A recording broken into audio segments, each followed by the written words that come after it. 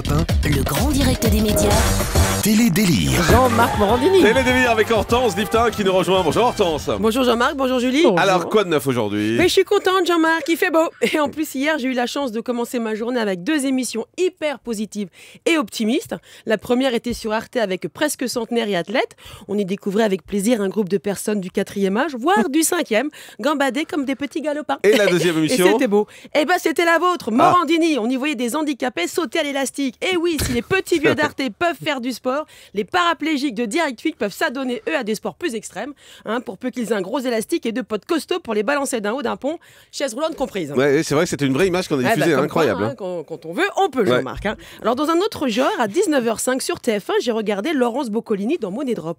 C'est curieux chez les candidats ce besoin de faire des phrases. Il faut toujours qu'ils commencent par nous bassiner avec leurs anecdotes toutes pourrites.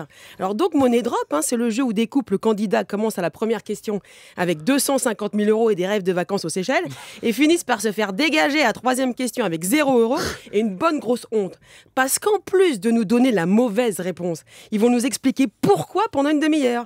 Comme quoi ça confirme une fois de plus là encore que c'est pas parce qu'on n'a rien à dire qu'il faut fermer ça. Voilà, bref. Du coup, j'ai mis Canal+, il y avait le grand journal, bref, il y avait l'histoire d'un mec qui racontait ses galères, bref, ça m'a gonflé. Bref, j'ai zappé. Alors, j'ai regardé après Une nuit dans l'espace, présenté par Michel Drucker sur France 2. Michel, si tu nous regardes, bonjour. Ouais, vous êtes à la radio Hortense. Ah oui, c'est vrai. Alors, il fêtait le cinquantenaire de la conquête spatiale et du voyage dans l'espace de Yuri Gagarin. Il faut savoir que Yuri Gagarin, c'est le type le plus malchanceux de la Terre. Il a quand même fait 17 fois le tour du globe dans l'espace pour finir par retomber en Union soviétique. Vous avouerez quand même que c'est vraiment pas de bol. Bon, alors ensuite, j'ai regardé W9, qui persiste à rechercher Claude François, alors que ça fait 30 ans que tout le monde sait où il est. Où il est? Il est enterré à Donne-moi dans les sols. Non, mais si. Mais c'est le nouveau Claude François qui cherche, Hortense. Moi, j'arrive pas bien à savoir c'est quoi l'intérêt de nous trouver un nouveau Claude François. Enfin, autrement, pour ceux qui cherchent le vrai, il aurait fallu qu'ils regardent M6 le documentaire, Voyance leur dernier espoir. Ils avaient peut-être une chance de pouvoir faire appel à un médium et de rentrer en contact avec Clo-Clo.